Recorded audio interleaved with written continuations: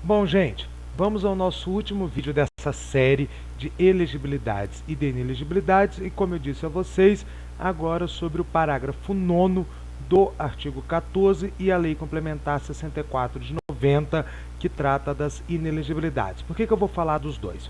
Porque o parágrafo 9º, ele diz o seguinte, ele fala que lei complementar irá estabelecer outros critérios de inelegibilidade, levando-se em consideração a vida pregressa do candidato, moralidade e lisura das eleições e para evitar o abuso do poder econômico ou político no processo eleitoral. Ou seja, o parágrafo 9º nos faz a referência à Lei Complementar 64 de 90, que é justamente esta lei complementar que trata dos critérios infraconstitucionais de inelegibilidades. Então, vale a pena dar uma olhada na legislação, Lei Complementar 64 de 90, para a gente conhecer, então, os critérios infraconstitucionais de inelegibilidades. Lembre-se que os critérios de elegibilidade infraconstitucionais foram falados em vídeos anteriores. Agora nós vamos falar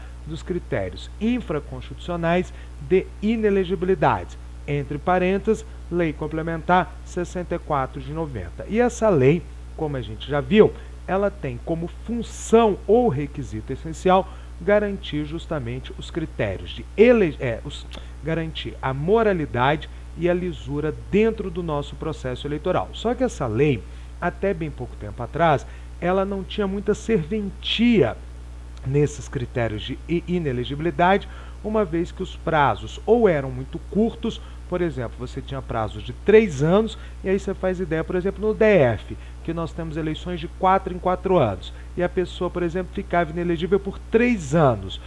Ora, se essa inelegibilidade se iniciasse logo depois de uma eleição, antes mesmo de começar a próxima, a pessoa já estava elegível novamente. E, por exemplo, contra crimes contra a administração pública. Só para a gente ter uma ideia de como essa lei pode ser dita que ela era ineficiente na sua função. Ou então, era muito difícil de ser aplicada, uma vez que os critérios, quando estabelecidos, eram critérios muito difíceis de serem alcançados. Por exemplo, só havia inelegibilidade se houvesse trânsito em julgado de alguma ação especificada pela lei. Ora, nós sabemos que o nosso sistema político, o nosso sistema judiciário, ele não prima pela celeridade, mas ele prima justamente pela morosidade devido a várias questões estruturais do nosso sistema processual, em especial, que levam a essa morosidade. Então, por exemplo, um político condenado por algum crime, vamos supor, de abuso do poder econômico, abuso do poder político, ele só se tornaria inelegível transitado em julgado a ação que o condenasse. Só que devido aos vários recursos protelatórios, isso poderia demorar anos, até mesmo décadas, para ser realizado. Então, na verdade, a lei tinha um sentimento quase que de ineficiência ou de não cumprir aquilo que ela programava, que era a Lei Complementar, então, 64 de 90, que eu disse que ela teve uma mudança radical recentemente, que a tornou bastante ou mais efetiva do que ela era antes na sua redação. E qual foi essa mudança? Aí nós vamos começar esse estudo.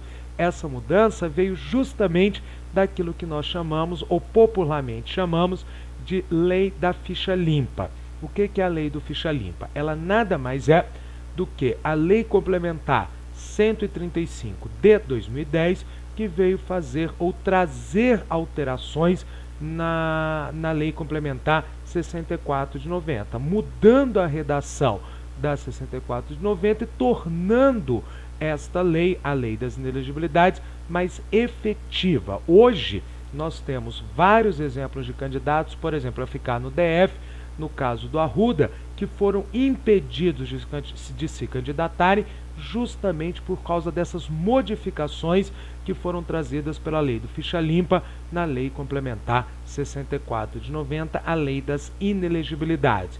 Esse vídeo ele vai ser mais curto porque antes de nós entrarmos na lei especificamente 64 de 90, vamos à nossa segunda tarefinha, essa segunda tarefa que vocês vão ter que realizar para me entregarem, que é o seguinte: eu vou querer que vocês me apresentem quais foram os principais avanços que a lei do ficha limpa, entre parênteses, Lei Complementar 135 de 2010, trouxe para a Lei Complementar 64 de 90, a Lei das Inelegibilidades. Eu afirmei aqui que a Lei do ficha limpa tornou mais efetiva a Lei das Inelegibilidades.